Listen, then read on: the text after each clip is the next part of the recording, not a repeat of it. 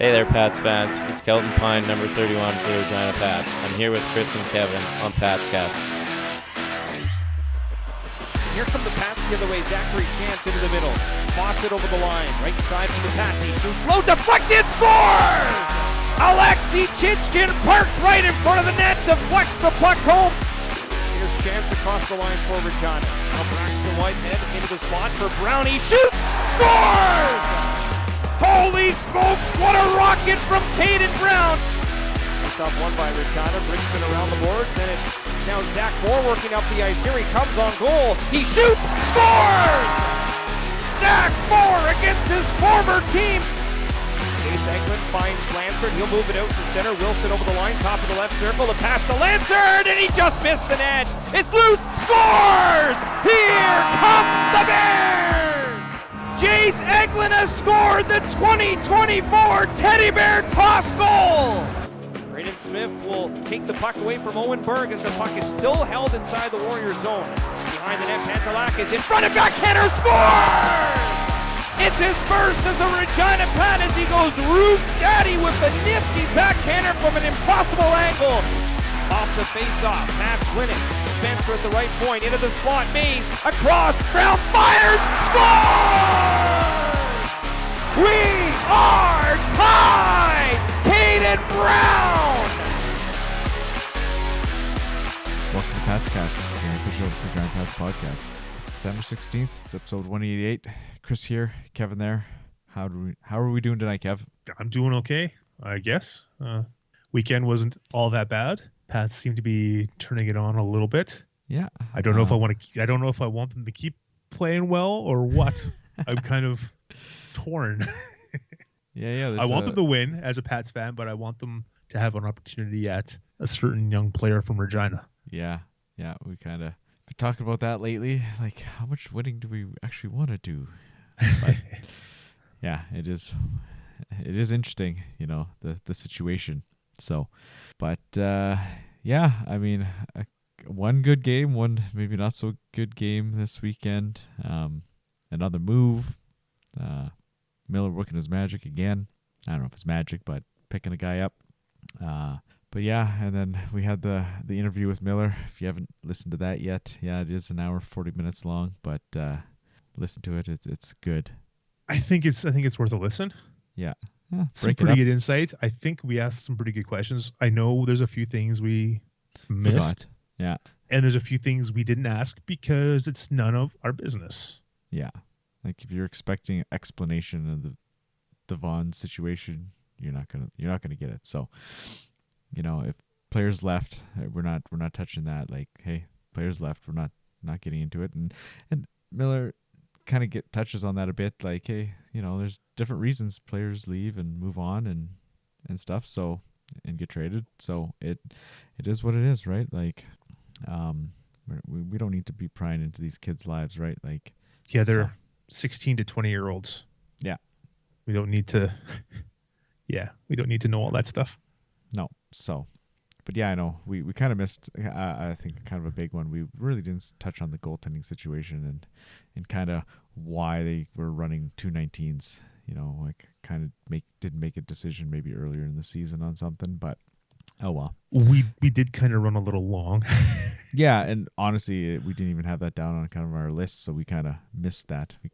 We talked about the import situation, and it didn't jog either of our minds to go to the goalie route, but oh well, whatever. We can't talk about every single thing.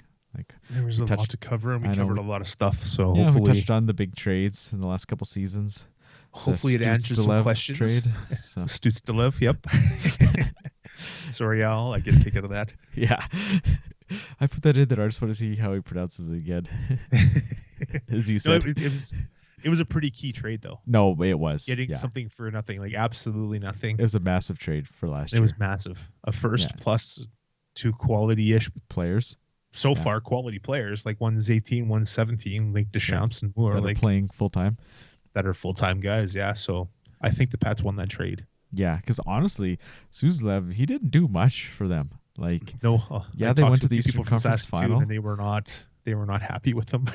He had what, like just off the top of my head, he had like 3 or 4 goals in the regular season. Yeah, he didn't have a great finish up I there. think he had like 2 goals in like the first couple games, and then it was like nothing the rest of the regular season, and then into the playoffs. I don't know what he put up in the playoffs offhand, but obviously they went to the Eastern Conference Final, so it wasn't like he was a hindrance, but I'm sure that people were looking for a little more from him. He had 25 points in 30 regular season games with 9 goals and 4 goals in the playoffs. So he did okay. But I don't think he lit it up the way they were hoping. Yeah, right. But I think that maybe been a product of his season, and we kind of got 100%. Played 13 games going into Saskatoon. That's half a season sitting on the bench or not playing at all. Yeah, no, it was good. I like how he wants to be open and as much as he can, and it's nice to see that. And I think that's just trying to get the fans a little more engaged as much as he can, right? Yeah, trying to be a little transparent. But anyways, as much as he can, like you said. Yeah.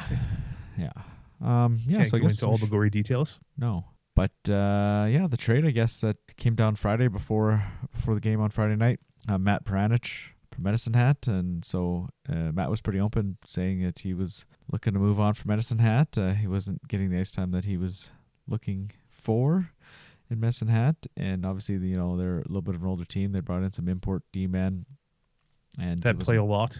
A lot. So one's gone to the juniors now, World Juniors. So but still, yeah, no, for sure. After the World Juniors, he's back. No, definitely. Right. So he might have got a little more ice time, but sounds like he was at home for a little bit, waiting to be moved, and the Pats jumped at the opportunity to pick him up.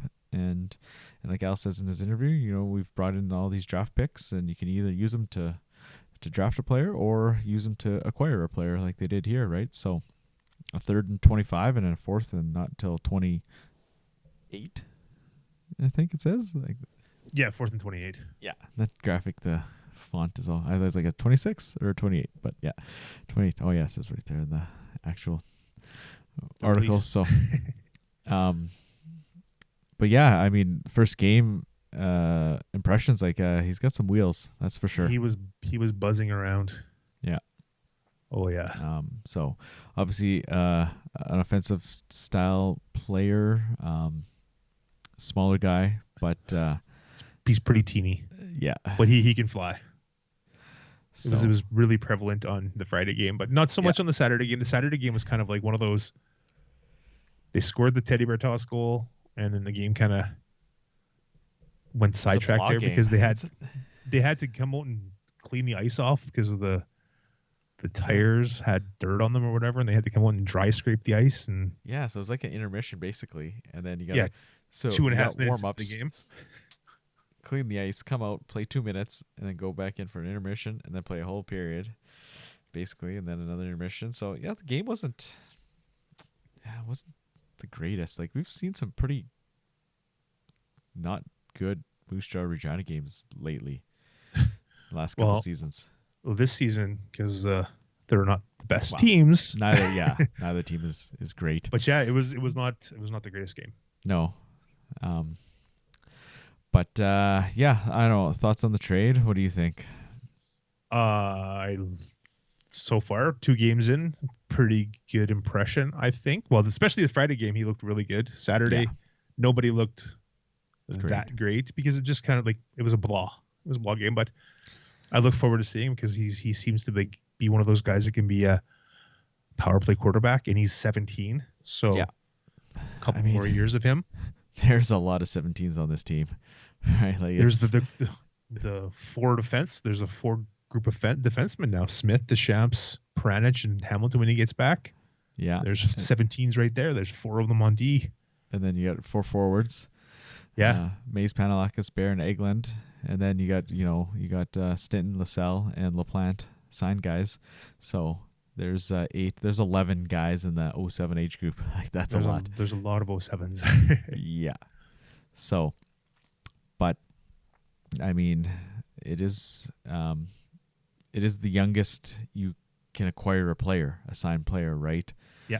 You can't get a 16, so you got to start at 17 and go from there. Like, obviously, maybe some of these guys will get moved in the future for other pieces, but Well, you start there. 2 or 3 years down the road, you're going to have them moved somewhere. Well, yeah, you can't have 11 19s. Well, Exactly. you can. Well, you can, but then you'd be in for another rebuild. But maybe the team's doing well by then, right? In a couple Yeah. years. I mean, not all these players are going to pan out. Yeah. But I mean- the core 4 on D and the couple 17s up front are going to be good. They're getting there. Yeah. So give them a year. Give the kids a chance. Yeah, for sure. They need to play. Yeah. So yeah, comes in and makes a nice first impression. And then, yeah, I mean, we're just rolling in right into that Friday game. Wasn't too sure. We haven't seen Saskatoon here in town yet. But Saskatoon's on a little bit of a slide. They didn't look the greatest. Pats looked pretty good. They had some They jump had in their a step. jump. Definitely Yeah. jump in their step for sure. Pick up 3 goals in the second period. Nice little second period there. And Yeah, then, they scored first and they scored 3 and they had a nice lead. It's nice to see them. They look like a pretty good team, like a totally different team than when they left on the trip. Yeah. Well, they are a totally different team from when they left. That too. But as we've seen on the road trip, they had a tough start to it, and then they kind of got their feet under them and had a good back half of that road trip. But yeah, actually seeing them in person, they did look pretty good on Friday. Like you said, they scored 3. Saskatoon picks one up early in the third, but the Pats respond right away. So you get the 4-1 lead, and then Saskatoon was gonna have some pushback, and it wasn't until late in the third. Good thing it wasn't earlier, because Saskatoon might have won that game. But Yeah, for sure. you get a late power play, and they score on the power play, and then they score with the net empty, and Lazowski had a glorious chance to tie it up real late, and he just put it over the net. Like that guy doesn't miss many. Like he's got a lot of goals this year, and Pat's dodged a bullet there to pull out a regulation win. Like, yeah, he's got 18 goals this year already. Like, but yeah, I mean, a win's a win. We'll take it, I think, right? Yeah, like I said, as much as I want them to win, I don't want them to win, right? Yeah, so it was just nice to see him play well, right? Like that was I want a to see really good game. games. Yeah, I want to see good games. Yeah, but yeah, anything else you got from that game? I mean, isn't too much to say this weekend. Kind of have a shorter episode, a good interview coming up, and we'll get out of here, and you can spend your time listening to Millar. Yeah, go back and listen to Al again Yeah. if you haven't listened already. No, not much from that game. It was nice. It was nice to see the Blades in town. I love the Pats Blades games. So Yeah, and it was a decent quality game. Yeah. And it was entertaining, right? Yeah, like I Yeah. said, Saturday it wasn't the most exciting game, but heading into Saturday, kind of, I was kind of thinking about that. Maybe there's a letdown after beating Saskatoon, and you got Moose Jaw, right? I mean, it's not like you're much further ahead in the standings than Moose Jaw. You're not that much of a better team.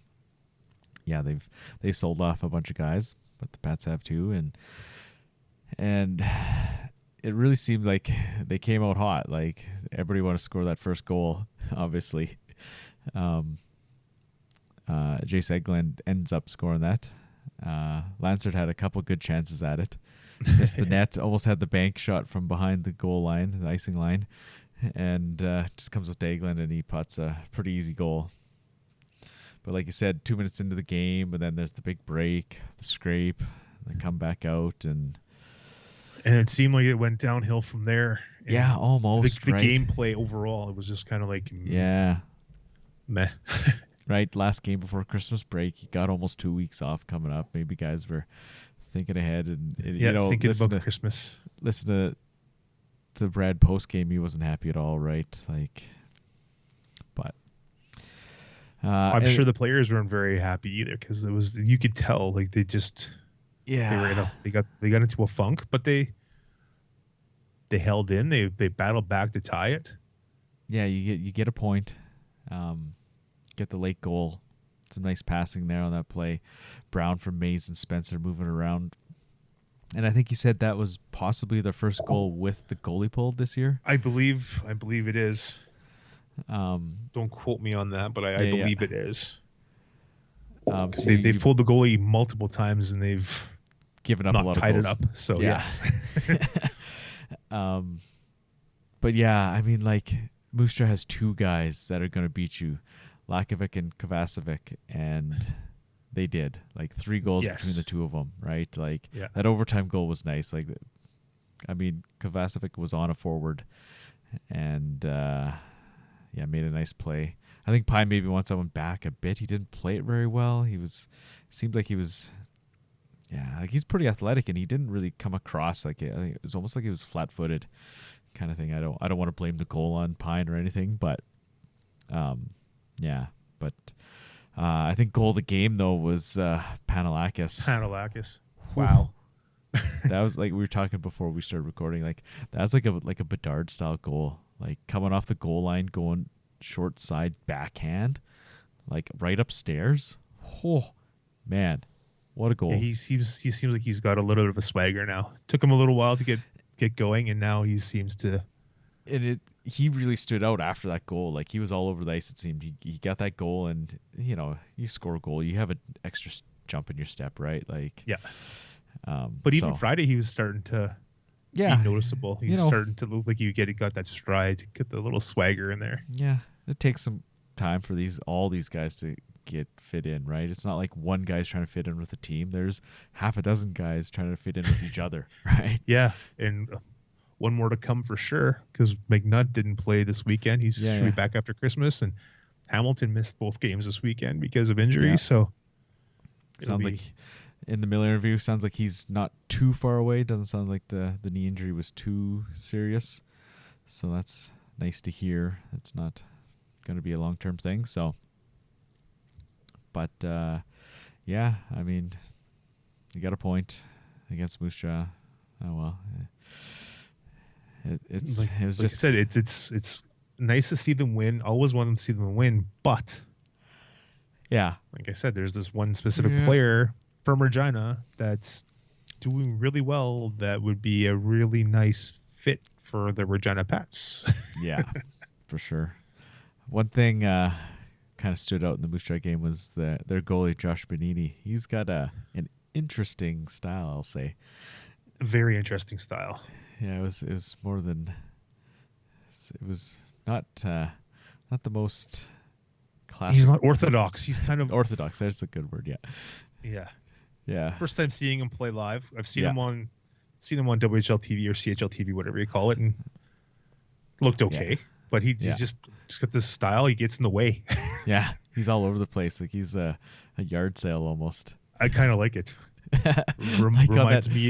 Reminds me when I tried to play floor hockey goalie, just get my body in the way. That's it. Yeah, right. He doesn't move smoothly like the Brown goal, where the pass kind of moved it side to side.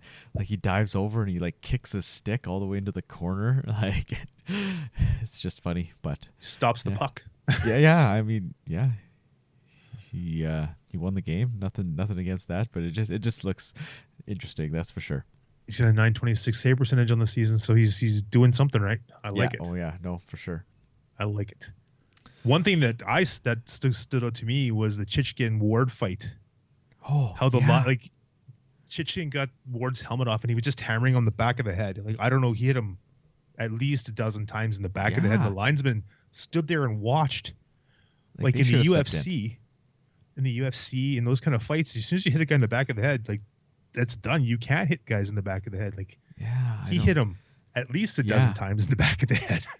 It's like the guy didn't flinch or anything. So I don't know if they were hard shots or not, but you're hitting a guy in the back of the head. The linesmen are standing there watching, and it's like, dudes, step in. They should have stepped in. Yeah, like I was shocked. Yeah. Ward ducks and he's getting hit in the back of the head, and the linesman let it happen. It's like, it doesn't look good. Not the greatest look there yet. Yeah, I don't know. What else you got from that game? I know, like I said, Brad wasn't too happy after the game. He was, he took the onus on the too many men penalties. Yeah, too many stuff. men. Ugh. Yeah, those Too are many men. Ugh. two in a Anytime. game, right? Yeah, right. The power play didn't look good. Didn't they have a 5-on-3? Yeah, they did a 5-on-3 in the second period there. Yeah, late in the second, and they didn't score, and then Moose Jaw scored right after it. Yeah, 15 seconds to go in the second, right, to take the 3-2 lead. Yeah, late goals. Yeah, that was a tough one, right? To not score on the 5-on-3 and then to give up one right after. Oof, that's you go to the third period tied 2-2. You know, you got to. I'm not saying they didn't have a chance to win, but you know, you're feeling a little better about yourself, right? Yep. But yeah, there's a few things that stood out in that game. But yeah. But like I said, Christmas break coming up. Maybe some guys, you know, starting to check out. You know, he scored the teddy bear toss goal, so the balloon is kind of the air's out of the balloon there. So, but oh well. So yeah, Christmas break now. They get, you know, a bunch of time off here. A few teams playing this week, Tuesday, Wednesday, but the Pats don't play till after the break, the 27th. Friday the 27th in Brandon. Back home, we get to see Saskatoon again. Yeah. Right back at it. Two different games.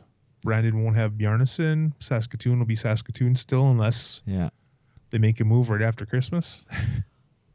Yeah, I don't know who they're going to move. Maybe Lazowski can't move Molendijk. He's gone. So yeah, he's unavailable to be moved yet.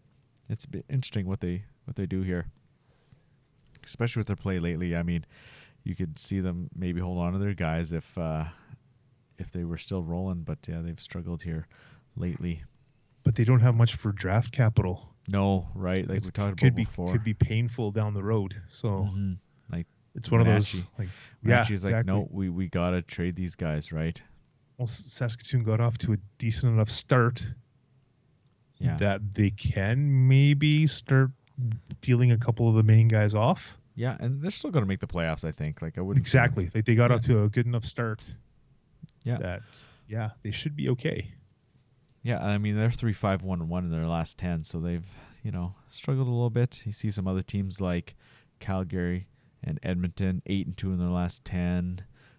Prince Albert's, like we said, they're starting to turn around. They're 7-2-1 in the last 10. Still out of the playoff, you know, position, but right there. Games 8 points between first and ninth. Yeah, like it's tight. In those 9 spots, Prince Albert's the team with games in hand. They've only played 27, so they get a couple games this week too. So the standings will change by the time this comes out, maybe. Yeah. Yeah, they're the only team that plays twice this week. They play Tuesday and Wednesday. Yeah. Yeah, this is probably come out after Wednesday. Let the Millar interview simmer for a bit and put this one out. But our plans changed a teeny bit, so our normal Christmas episode, our Christmas break episode will be we're gonna have after Christmas. Yeah. We'll have more of the midpoint of the season. Yeah. Yeah, stuff's more changed. But yeah.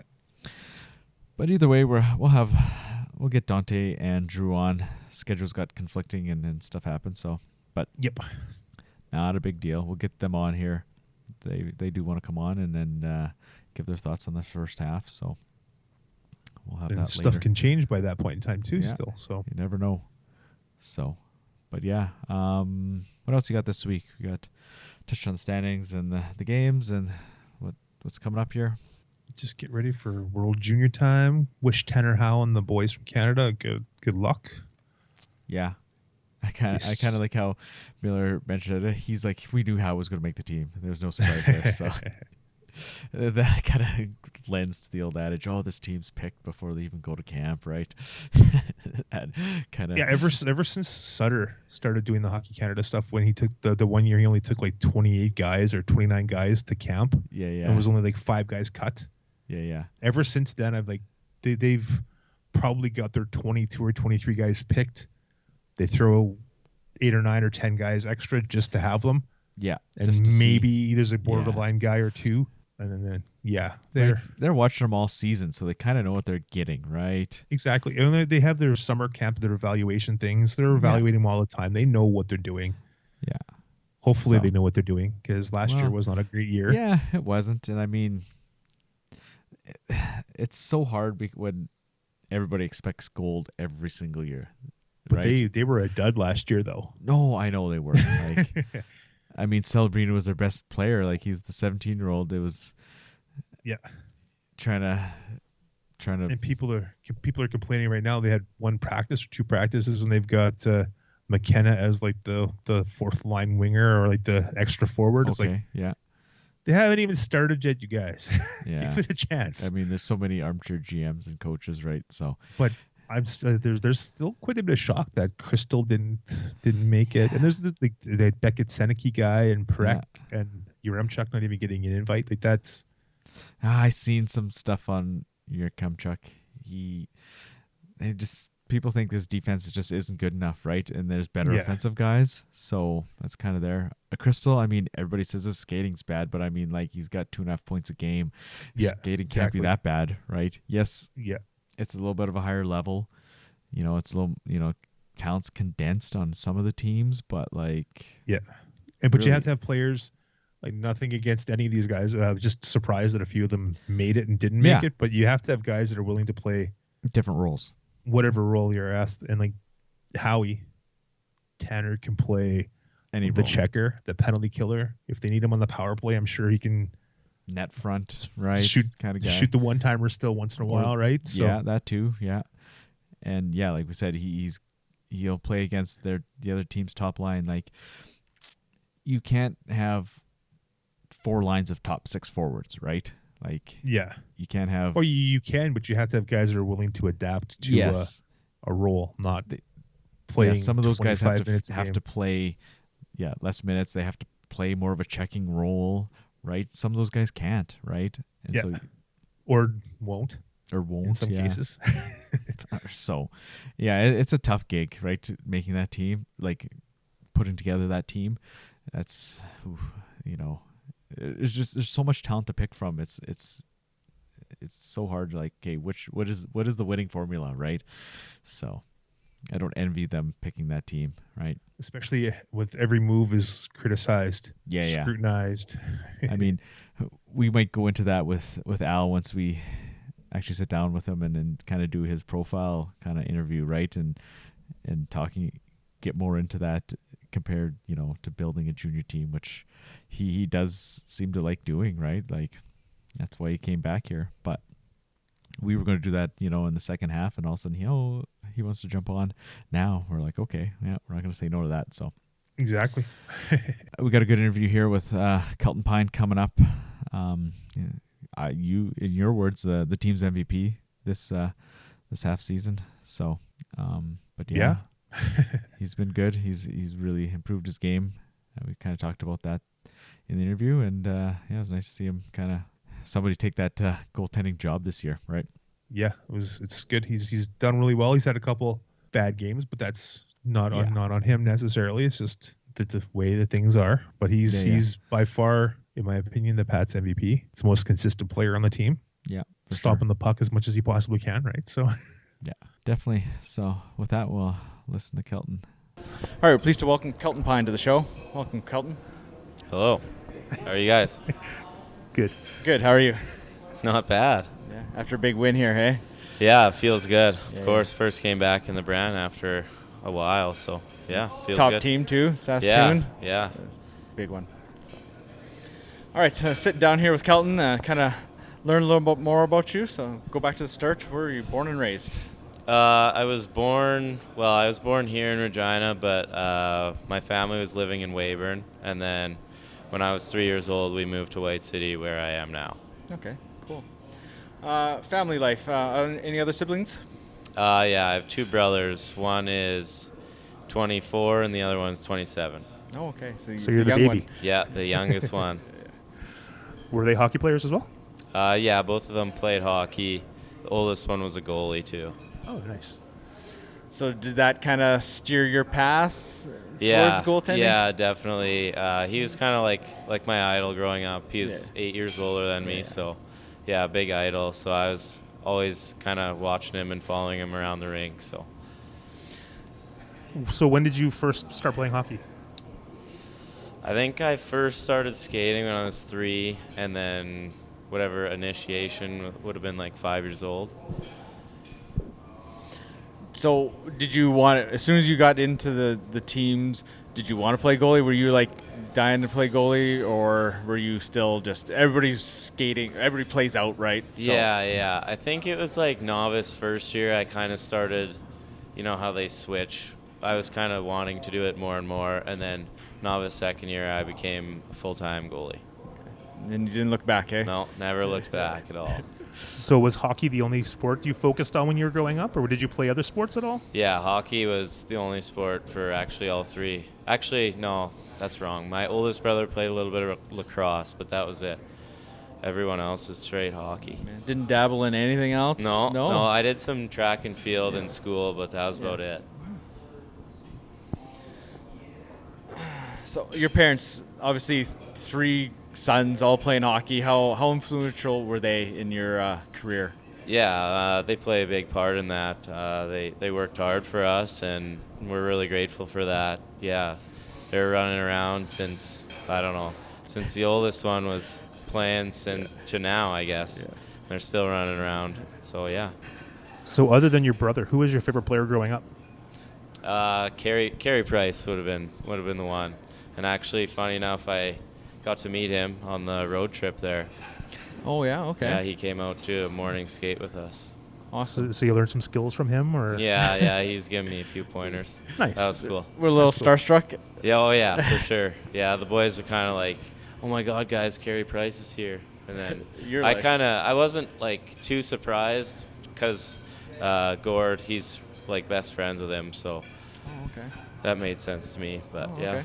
That's cool. Cool, that's awesome. Is that the reason you wear 31, or was that just I don't a coincidence? Yeah, I couldn't wear 31 in minor hockey. We only had 1 and 30 on our team, so I kind of switched to 31 in midget, and that kind of just went from there. Was Price kind of the reason 31? Yeah, he was a little bit influential on that for sure. Nice. So who do you emulate now? Do you emulate any NHL goalies, or you just do your thing, stop the puck any way you can? There's kind of 2 goalies that I think I base my play off of, and it's Scott Wedgwood and John Gibson. Nice. So going back to minor hockey, all the tournaments and off-ice stuff, there's always something going on. But what was your kind of like your favorite minor hockey memory? Well, my Pee Wee second year, we won the provincials, but we shared it with Tisdale because of the whole Humboldt Bronco bus crash thing. Oh, okay. We were going into the third and last game. It would have been played there in Tisdale, but we decided to cancel it and share with both teams. Oh, okay. Interesting. So going through your minor hockey system, you played a little AAA, you went down to Estevan, then you eventually came back to Pat C's. Was that kind of the path you were looking to play the whole time, or you considered going the academy route? No, I never really considered going to the academies. I kind of wished I could have played Pat C's my first year, but I think it was also good to move away from home for a year and experience that. Mm-hmm. Then you do make the Pat C's, and you dabble in a little bit of Pats. You had a little bit of action in Melville. It was kind of all over the place a little bit there. Yeah. It was kind of wild times. Yeah. I think it was good. I went to Melville. I think I got a shutout there, and then played a few games up here in Regina, and yeah, it was a good season for me. Yeah. So then you went to Melville the season after. How was that for your development, making the junior A team? Yeah, I think it was good. Got to play quite a bit up until the point I came here, and then I was just here the rest of the year backing up Simmer. Yeah. So now fast forwarding a little bit to this past summer, we saw that you played in Tristan's Summer League, the next level hockey.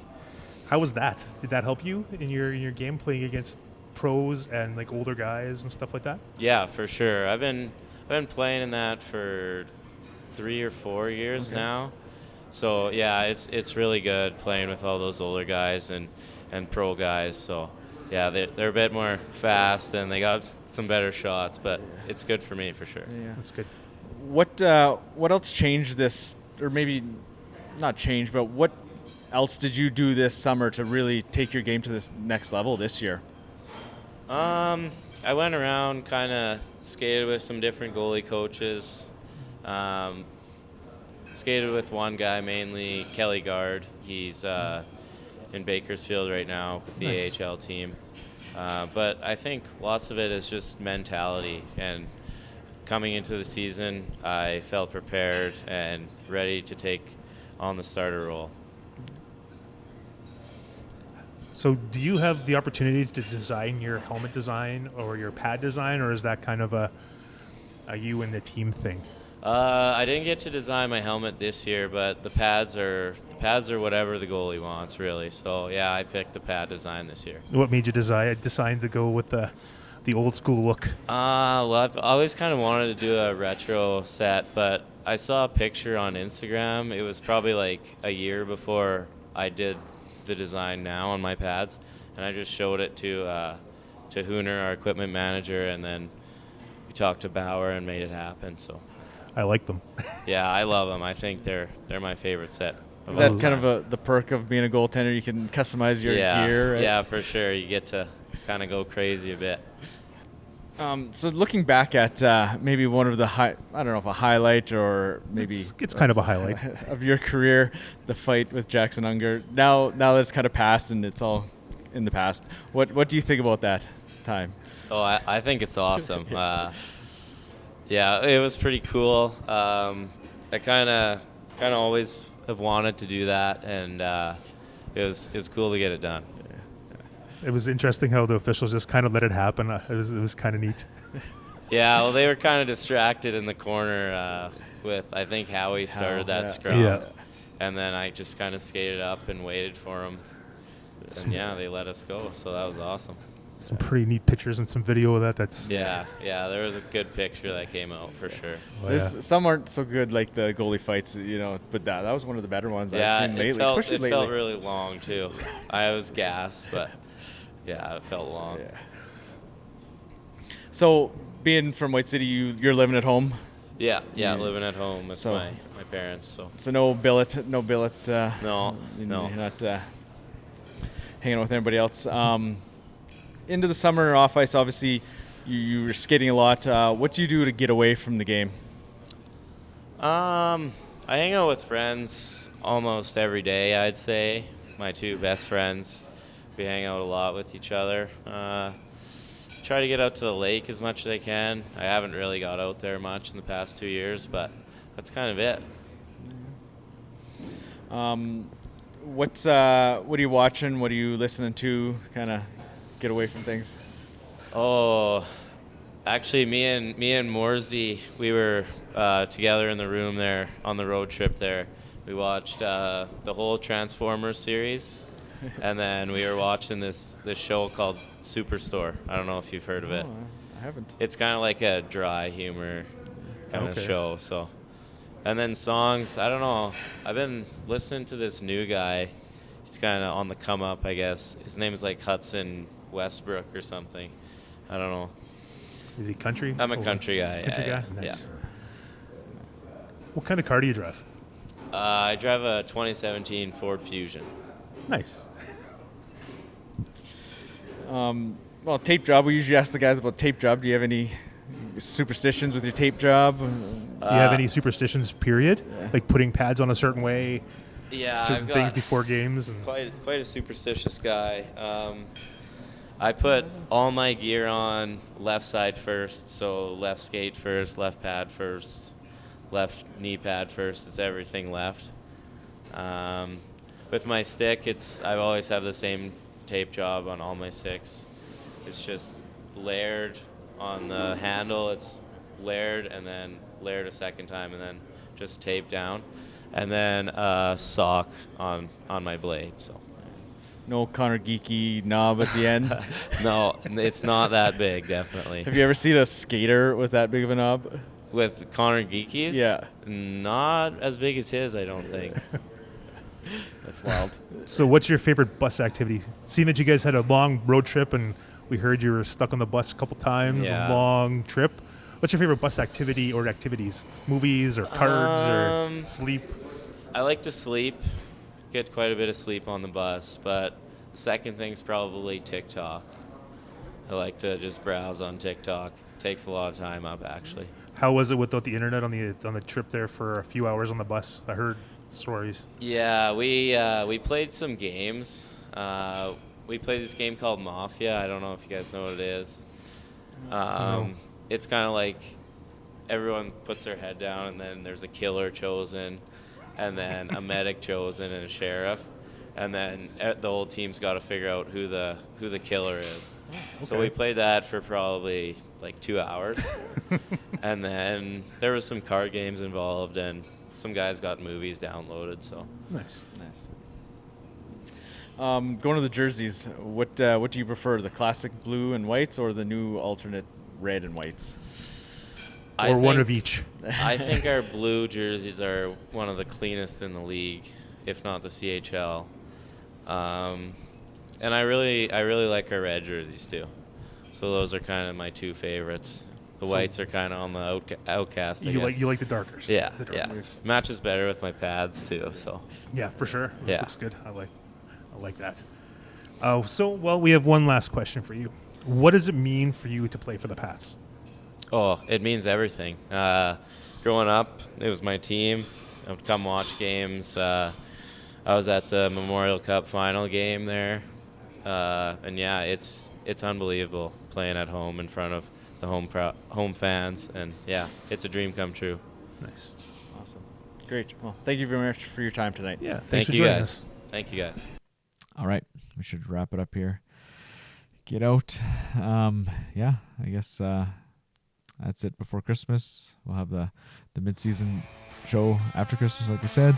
And yeah, with that, said in the last episode, have a Merry Christmas and see you back at the rink in a couple weeks. Merry Christmas, everybody.